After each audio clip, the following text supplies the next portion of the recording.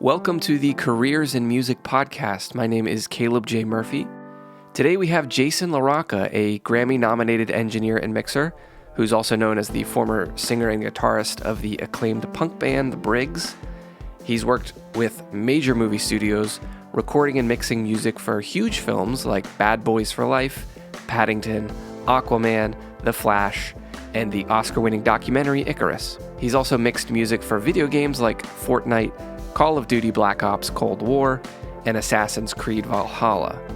Oh, and also he's worked with artists like Jay-Z, CeeLo Green, Fiona Apple, ScHoolboy Q, and Serj Tankian of System of a Down.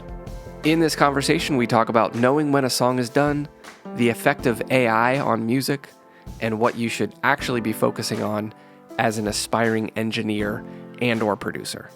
Let's get into it.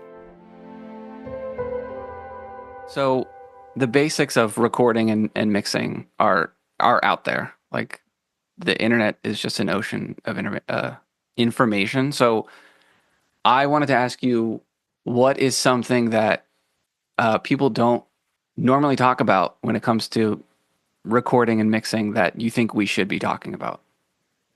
Yeah. Well, I think that's a good point. I think there's a lot of things people focus on that they don't really need to, when it comes to mixing. I think, if you have an interest in a particular area of mixing, I think it's good to have a little bit more of a focus and idea of what it is exactly you want to do and what you want to create. For me, I started out, in a rock band, and it was just necessity, really, because we didn't have any money, how to make demos and how to get our music out and try and get signed to a label.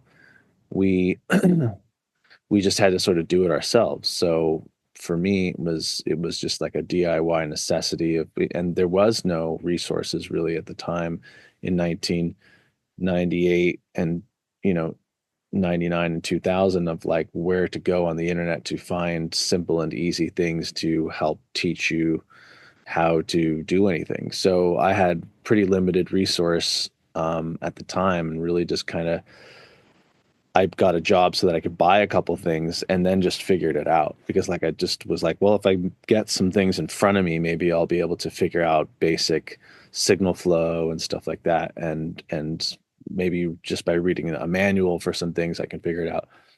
That's how I learned, and I eventually pushed my way into working at a studio as a result of that, because I was like, I have my own home studio and I kind of know how to do some things. And, I call myself an engineer, though I wasn't really.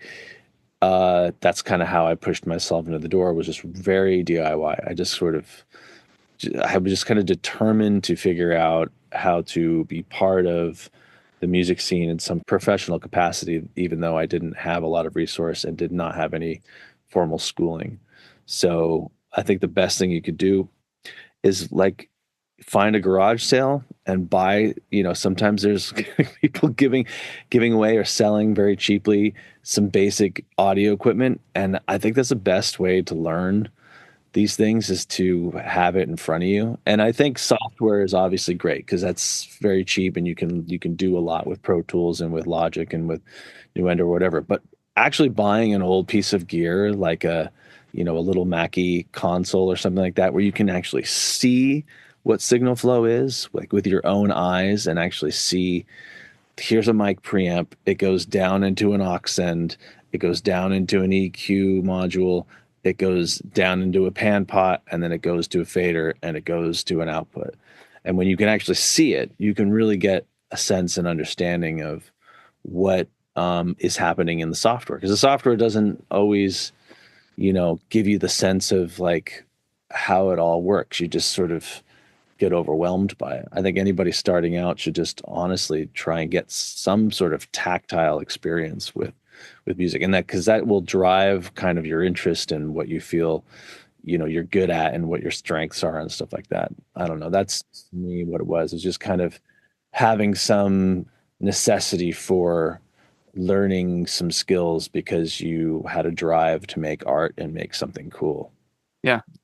So what are the things that you mentioned? There are things that people focus on that they don't need to. What are some of those things?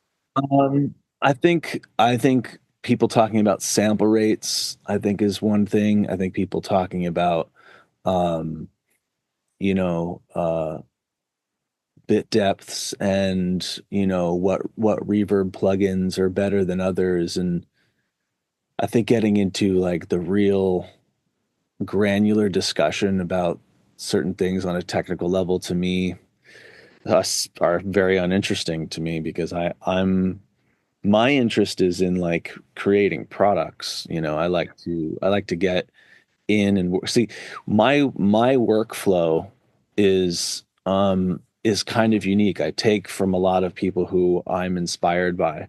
I'm inspired by guys like, Chris Lord-Alge, and his brother Tom, and on the score mixing side, I really like, Dennis Sands and Alan Meyerson, and I've studied all these guys in terms of how they work, and a lot of them work extremely fast to get an inspiration going.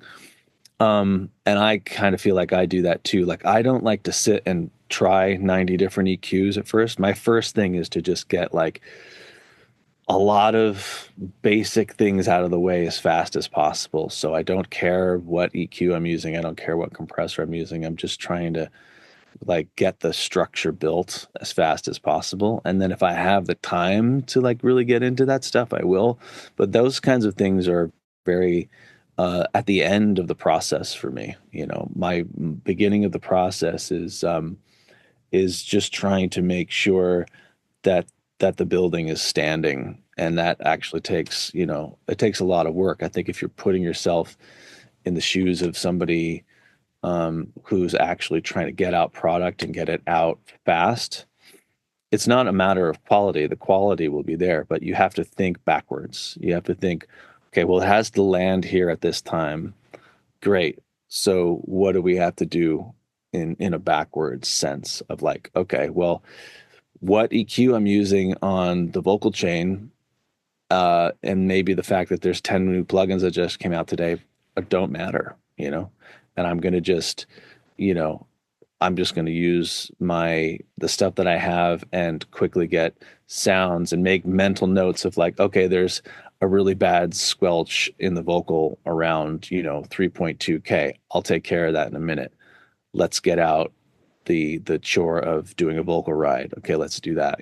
Like those kinds of things are more important to me on the first pass of what I'm doing. So I just work differently. I don't care about what sample rate I'm working on. I don't care that the new, Pro Q4 came out and all the cool spectral analyzing, you know, freaking dynamic control it does. It's like, okay, yes, I'll get to that at some point, but I have a job to do. That's just how I look at it. I'm always looking at it like, people need me, let's get this done. I don't care about talking about, you know, whether or not, 128-bit floating point matters more than 32. 44.1 versus 48. Yeah, Yeah. No, so it's all you're saying it's all about the end result basically. Like completely about the end result. And it's about getting the end result for me, in my case, especially in film, TV, and video game music. It's about getting it done on time. 99% of the job is getting it done on time more than anything else. interesting. Yeah. Okay, so on that note, Yep. you hear a lot of people talk about like knowing when a song is done based on how it makes you feel. Mm. And I don't know how much of that you are working with because Oh, you have clients, you're doing a specific thing for them. But how do you know, how do you gauge that feeling and know like I'm feeling strongly enough that this song is done? And then how much of it is like thinking versus feeling? well, there's definitely times when I've had that visceral feeling of knowing a song is really incredible because it's it's given me some sort of emotional response. I mean, I know that from being a music lover from a child, like the way I felt when I heard, certain songs, like listening to the White Album on vinyl when I was a kid. I think I first heard it when I was like 5 or 6 or something like that. And that feeling that I had when I listened to it was very real and has always stuck with my DNA as far as being a professional in the industry. Like when I get something to a point where it makes me have an emotional response, I know that's more important than anything else. In other words, like sometimes I'll feel that way and maybe think that the song is still not done, but I don't really want to touch it anymore because I feel very satisfied at that point. I think when I've definitely had that happen on film scores and in mixing songs that um I'm like, wow, holy fuck, that I'm I feel like this is the most incredible emotional experience I'm having and connection with this song, and that to me is now it's done. And I think I don't know how to, you don't teach that to anybody. It's just something, sometimes people feel like it's done and it's creating an emotional impact, and somebody else will come in and say, well, that's great, but it doesn't sound very good. So maybe to them it isn't, you know, you can only go with what you know. And I think that people who are successful in the industry, their gut instinct on it and their subjective emotional response to it um, tends to resonate with a lot of people. And that's what I think separates, incredible professionals from people who don't quite have it. Is their subjective response tends to resonate with a lot of people. It's like, oh, they feel like it's great, but nobody else does. That doesn't help you very much if that's the case. You have to kind of dig a little deeper. You know. Yeah. So then how do you is there a way to get better at Yeah, definitely. I think listening. I mean, I would actually. I did so many mixes where I was trying to get a song to sound as good as Chris Lord-Alge, and I would put a song of his, at the bottom of my session, and I would A/B against it, and it would just sound like shit for days and days and days, and then I would start over, and I did that fucking hundreds of times, with just like mixes I thought were so good, and then I would try something, knowing I had a song to mix or something I was doing for somebody or something I was doing myself, and I would just A/B against something I thought was great, and it was nowhere near it until I, got better at it and got tricks under my sleeve to get close to what I thought was emulating some of those things I really liked, and was able to do that on a regular basis. It just takes time. At least it did for me. It didn't come naturally. It was something that I had to really learn over the course of at least 10 years, to get to that point. So it's just a trial. And it's the same thing with like playing guitar or piano, where it's like, you think you're great at a guitar solo, and then you play it up against the solo you're trying to play, and you can't actually quite keep up with it, and you miss a couple spots and things like that. You really have to A/B against what's great to know if what you're doing is good. And once you get to a point where you don't have to do that anymore, maybe you do it less and less, or you feel like it's not necessary. But I did that constantly for years. It was never like, oh, I'm good now.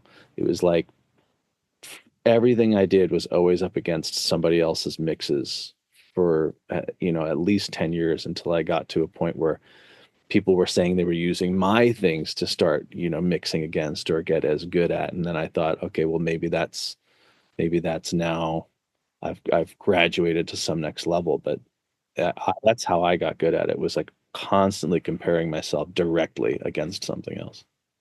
Hey, just wanted to interrupt here real quick to say that if you want to learn how to start your career in the music industry with guidance from experts who are doing what you want to do, make sure you check out careersinmusic.com. Okay, now back to our conversation. I wanted to ask you about AI. Hmm. How do you think AI is going to affect producers, mix engineers, or how is it already affecting them? I have limited experience. I can tell you one interesting story is that I was mixing something last month, December of 2024, and it was for a project that had very big music producer, write a song for ultimately what was being used in a television show. And I was mixing it. And the music was then found to have AI elements in it um, at the creative level. And so we had to, they had to reproduce the song, and then I had to remix it. And on the second time around, they had found that there were still elements of AI that were used in the production of the song. And so we had to do it over again. Uh, I think that from that perspective, at least in that case, it was definitely not, it was not helping. It was a hindrance. And I think you can maybe use AI ultimately in on a creative level for certain uh, inspiration, maybe. Um, but I think you have to ultimately, you have to still write music. You just have to still make music, and it has to be something you make. Um, beyond that, I don't really know on a creative level, what it's good for. I know that on a technical level, um, there's some really cool plugins coming out. There's a lot of technology coming out that is uh, maybe filling in the gaps. I'd love to see a plugin that lets you restore pieces of missing audio, or maybe you missed a word or you missed a full sentence in either a voiceover or even a song, and that with AI you could generate those missing elements and missing things and complete a song without having to re-record it, because maybe your vocalist or person who was recording it got sick or went on tour, and you still have to release the song in 2 days. And those kinds of things could be cool. You tell me if that's been invented yet. I don't know if it has. I mean, I don't know. I would probably say probably someone has already created it. You know, uh, what I don't understand about it is that in the case of the song that I mentioned, you can't use the AI because the AI is basically a copy of something else, right? So in the case of this song, where the AI was used to generate some of the elements, we couldn't use it. It was great. It was super cool sounding, and everybody loved it.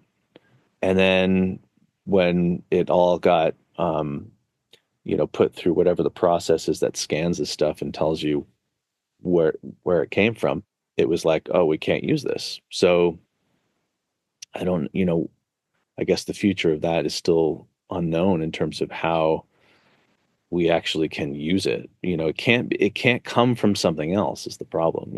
So if AI is just generating itself based off of, if you type in, make me a Hans Zimmer track or whatever the process is of making AI create a song for you, you can't, if you can't use it, then I don't know what good it is. You know what I mean? It has to be something that works for you and not in place of you. That's, I think, the bottom line. I think AI is going to be great when it's working alongside you, creatively. Yeah.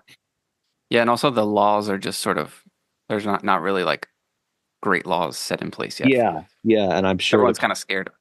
well, the copyright and all that stuff, it's not, in terms of how it gets into music, I think it's uh there's just everyone's kind of avoiding that right now. Yeah, I know. It's crazy. And I've heard too that there's AI companies who are buying up a lot of publishing, and then uh and then uh searching for people who are um using AI to create certain things, and then they're, blasting them for it, and, kind of basically because they own all the publishing of these songs, they're doing things with it that are, I don't know, wild and maybe not necessarily totally lawful, but you know, it's a little bit of the Wild West, I guess, to some degree. Just trying to figure out what to do with it. Yeah. No, and it's yeah. It'll be interesting to see what happens the next couple of years. Yeah, I just tried a new plugin actually that Plugin Alliance has that um, Surfrider or something like that. It says it's like an AI generated plugin. What does it do?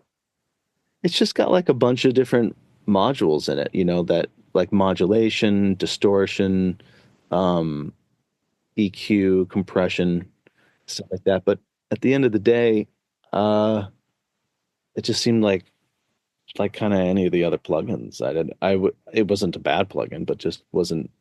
I was very interested in it, particularly because it mentioned that it's using certain things that are generative and AI based. So I don't know. I really don't. I don't know what to make of a lot of it, to be honest. What are your thoughts on the ozone mastering plugin that uses like AI? I mean, I think that the plugin's incredible. I've always actually thought it's pretty incredible. It's definitely impressive, that plugin. When I hear people send me their demos and they tell me that they're done with Ozone, um, I don't know if it's particularly the new one with AI elements in it, but that plugin's always been incredibly impressive to me. And I know it can emulate a lot of things now, right? Like you could put in a song and it'll just tell you what all the settings are, like how you got it, how it's mastered, Oh, basically. really? That's crazy. Imagining that that's what it does, because people send me their stuff and it's like, oh wow, that sounds really good. What is that? That's Ozone. Oh, I don't have Ozone personally. I actually don't own it. Yeah. Uh, because I'm always trying to figure out how to get something to sound like Ozone without using it, because I just feel like otherwise it's literally going to sound like everybody else's stuff, basically.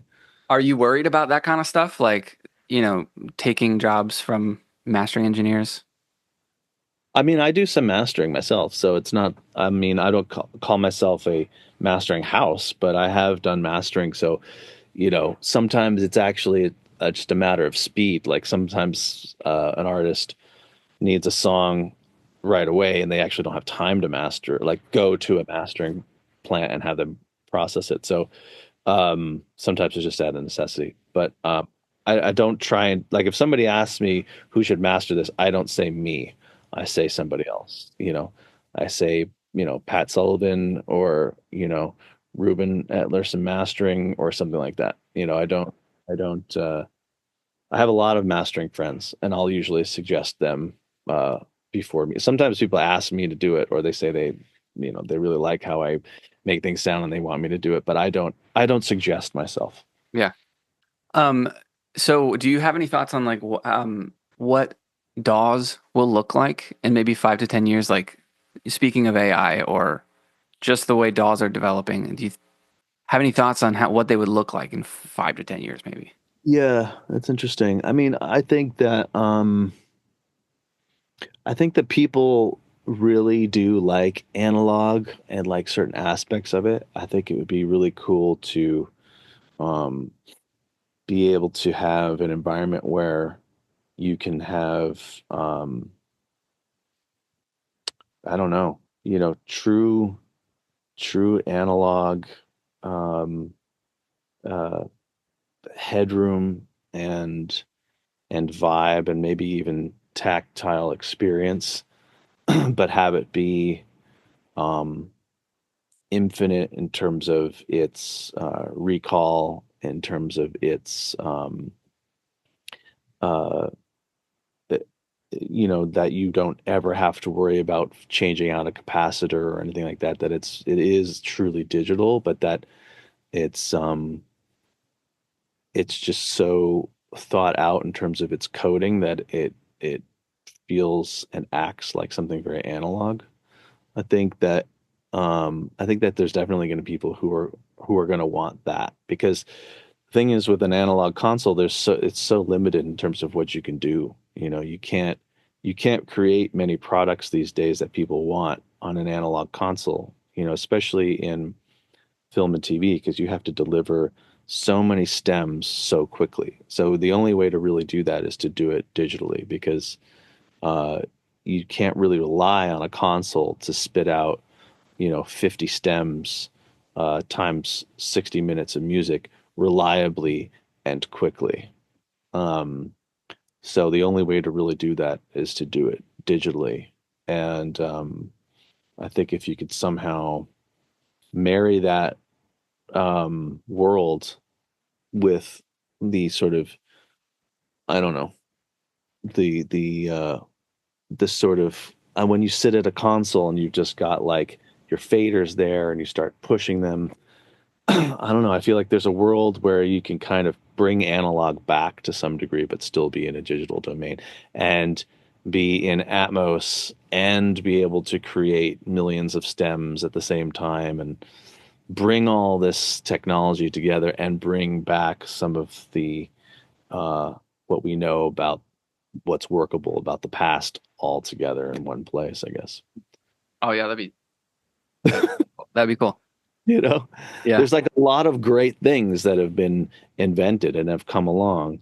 And part of it too is that, like, not everybody talks to each other. You get plugins that get invented and they get, put into a DAW, and then somebody updates the OS, and then none of those plugins work in the DAW anymore. And then it's like if everybody would just somehow get a little bit more on the same page with each other so that we can have an environment that everyone's taking a little bit more responsibility for, would be great. It's like when you bought an SSL console. SSL was the only one involved in making that console. Pro Tools is not, Avid's not the only one involved in making Avid what Avid is. It's Avid plus Apple plus 9,000 other third-party companies that make plugins for it. Mm. That makes it dangerous and unwieldy. And you talk to anybody who's a professional in what they do, they'll tell you a million frustrating things about the software they use and that they just deal with it. But why do we have to do that? Why should we have to do that? It's annoying, Yeah. What's also annoying is how all the plugin companies are doing subscriptions now. It's like, let me just buy the plugin and I own it. Why can't we just own this shit? It's like if you bought a $10,000 compressor and you were just like renting it for life. Yeah. This sounds, if someone told you that 20 years ago, you'd be like, what? Let me own it. Yeah. Yeah. Like, what happens when I want to sell it, Exactly. Or what happens when, somebody changes the OS and then the plugin doesn't work? I still have to pay you for the subscription for it. There's so many things about what we're doing that if you step back, it doesn't really make a lot of sense. We get our job done, we figure it out, but there's so much about it that actually doesn't make any sense. Yeah. I have one more question for you. Yeah. Do you have a trick that you use in your DAW that makes your life easier that maybe like other people could try? Yeah. I mean, when I'm working, I do a lot of stuff in surround and, basic, Atmos, I suppose, too. And when you're listening that way, things always sound very impressive because you're listening on a lot of speakers and it's always going to sound really wide and really big and tall. But ultimately, the stereo is still, a real sort of de facto standard of like where a majority of end users are going to hear things. And also your end result is kind of the stereo. And so when I'm mixing, I'll start out in surround, but then when I start getting into like actually making this like mix, like I'm going to sign off on this and I'm going to be happy with it, I go into stereo and then I work the rest of the time in stereo. So once I get things sounding where I want spatially, I do a lot of work that way in stereo, and I make sure my panning choices, my reverb choices and things like that all sound really, really good in stereo. And I do tons and tons of work there. I'll sit there for many hours working in stereo, and then maybe I'll go back into surround. But when I'm that way, when I'm in stereo and what we call folded down, where we're taking all those different satellite channels and they're being summed down to their subtractive volume level as well as where they would relatively be panned in stereo. When I'm listening in fold down and in stereo, I'm checking against the reference mix or the demo of what the artists or composer sent me and I'm A-Bing a lot that way. I think some people compare their surround mixes or their Atmos mixes to the stereo mix, and I don't think that's at all an accurate way to do it or a good way to do it. I think you have to yourself bring your mix down into stereo, listen to your stereo results against their original stereo demo. And that's where a lot of critical EQ, compression, volume, and depth slash reverb choices are made for me. That's where I do a lot of my work. And I have only been doing that for about 4 years. That's what kind of something I learned on a particular film I was doing. I just sort of picked up on it, doing it that way, and it ended up I just ended up going a lot faster. And I realized at that point that that was a really cool trick that I just sort of stumbled on. And maybe other people do that. Maybe other people have suggested it. I didn't ever pick it up from watching a video. I just sort of found it on my own. Do you ever mix in mono? No, I don't. I don't. First of all, I hate it. It doesn't make any sense to me, and I don't know what. You tell me, who listens to anything in mono? I've heard people say like you should check your mix in mono to make sure it sounds right, Yeah. and then go back to stereo. Yeah, so I have like a phase correlation meter. I have the TC Electronic one, and I use it, and it's really, really great. So when I solo up tracks, I always look to see if they're out of phase. And sometimes there are tracks that are literally 180 degrees out of phase. I just use that to check. And then I use this plugin called Panther, which is a really cool plugin that lets you separately put the left and right channel out of phase. So it's like you have the left channel and the right channel have completely independent controls. It's a plugin called Panther. And it lets you do EQ, phase, and also panning. In other words, you can take the left channel and you could put it to the right channel. You could take the right channel and put it to the left channel. And it has completely independent controls of the left and the right channel of a stereo track in Pro Tools. And I've found tracks that are 180 degrees out of phase. I hear it first with my ear, but then I check it on the correlation meter. So I don't need mono for that. I mean, sometimes every once in a while I'll put it in mono, put it out of phase and just see if it like disappears. But I don't really need mono to check that anymore. Like I have those tools basically get the job done the same way for me. Yeah. I don't know. I hate mono. I don't think anyone really likes mono. Yeah. I just like I never had all the early vinyl that I had, none of it was mono. It was all the stereo mixes. So I grew up listening to stereo. I'd never experienced mono ever. Yeah. I could talk to you for a long time, but we should wrap it up here. Sure, of course. I appreciate you taking the time to do this. I hope you have a good day. Thanks, Caleb. You too. Thanks, Jason.